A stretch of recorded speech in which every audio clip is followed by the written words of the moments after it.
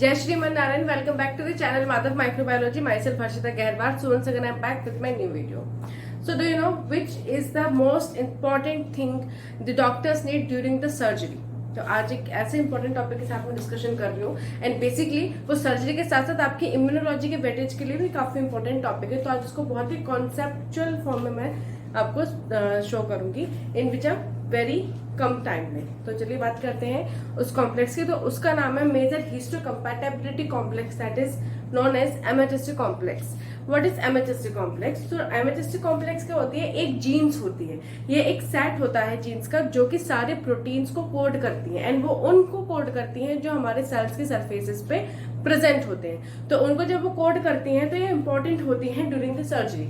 Basically जब हम देखते हैं किसी भी तरह का कोई ट्रांसप्लांटेशन होता है किसी की बॉडी में, जैसे किडनी का ट्रांसप्लांटेशन होता है, लीवर का होता है, या किसी भी तरह का कोई भी ट्रांसप्लांटेशन होता है, उसमें सबसे इंपॉर्टेंट होता है एमएचएसटी कॉम्प्लेक्स का मैच करना। The reason is that is अगर हमने किसी भी एक रेसिपिएंट का हमने कोई भी सर्जरी के लिए कोई भी पार्ट लिया एज अ ट्रांसप्लांट, तो उसमें उसके सबसे पहले एक टाइपिंग होती है जो टेस्ट की जाती है, which is very essential to perform the surgery before perform the surgery, ताकि पता चल सके कि जो हम यूज कर रहे हैं does it match to the acceptor और नॉट। तो उसमें सबसे इंपॉर्टेंट चीज आती है वो ये आती है HLA, that is human leukocyte antigen. ये एक ऐसी एंटीजन होती है जिससे पता चलता है कि जो उनके बीच में जो मैच करना चाहिए, दैट इज जीन्स कोडिंग, वो मैच कर रहे हैं कि नहीं। अगर वो मैच नहीं करेंगे तो बॉडी उसको एक्सेप्ट नहीं करेगी और उसे एज अ फॉरेन पार्टिकल जो फॉरेन जीन जो है वो उसको डिक्लेयर कर देगी। तो what is the MHSc? MHSc जैसे कि उन्होंने बताया कि एक सेट होता है जीन्स का जो कोड करता है प्रोटीन्स को एंड वो भी सरफेसेस पे। अब एमएचएससी होते हैं दो तरीके के, that is MHSC 1 molecule and MHSC 2 molecule.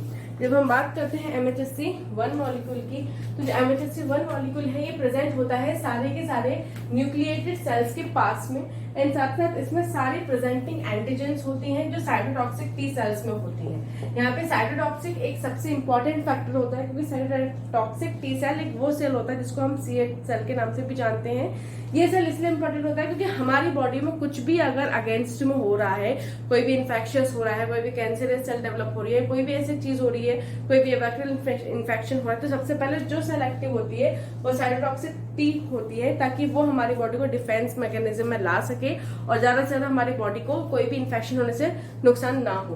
तो इसीलिए सबसे पहले काम करता है साइटोटॉक्सिक टी सेल। इसके बाद में हम बात करते हैं एमएचएससी क्लास सेकंड का। एमएचएससी क्लास जो है मिलती है हमें कहाँ पे? इम्यून सेल में। हमारे जैसे कि माइक्रोफेजेस हैं, डेंड्राइटिक सेल है जो प्रेजेंट एंटीजेंस है, ताकि वो हेल्प कर सके टी सेल्स को।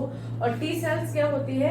वो हमेशा मदद करती हैं हमारे बॉडी में होने वाले किसी भी इन्फेक्शंस को रिकवर करने के लिए, एक डिफेंसिव मोड में रहती हैं। तो ये HLA1 और HLA2 होता है। अगर इसको और भी ज्यादा ब्रॉडली हम बताना है, अगर आपको चाहते हैं इसको और एक्सप्लोर करना, तो मुझे कमेंट सेक्शन में बताएगा, तो मैं इसको एक्सप्लोर करूंगी। अभी मैं सिर्फ उसको कॉन्सेप्चुअल बेसिस में बता रही हूँ। इसके बाद जैसे मैंने बताया ह्यूमन ल्यूकोसाइड एंटीजन।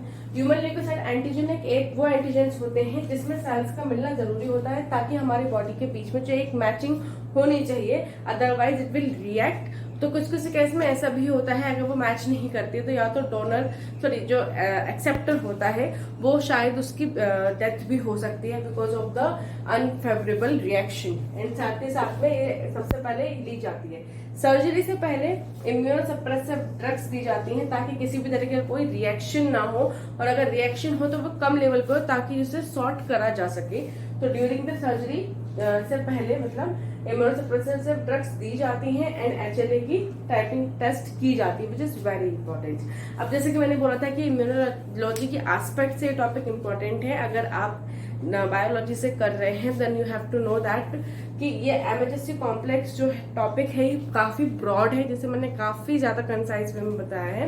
ये इम्यूनोलॉजी के टॉपिक से बहुत ही इंपॉर्टेंट वेटेज का रखता है। अगर आप इसे डिस्क्राइबिंग में बात करेंगे तो 10 to 15 मार्क्स का आता है, लेकिन अब कुछ ग्रेजुएशन में डिस्क्राइबिंग का काम खत्म हो गया है, they just have to tick note. लेकिन अगर आप एक कॉम्पिटिशन की भी तैयारी कर रहे हो जैसे कि MP सेट है या नेट की तैयारी, तो वहां पे भी एमएचएससी का अच्छा खासा वेटेज आता है, इम्यूनोलॉजी का अच्छा खासा वेटेज आता है। So I hope you may like the video, you may understand the topic. So meet you in the next video. Keep subscribing, keep sharing my channel, and meet you in the next video. So thank you so much.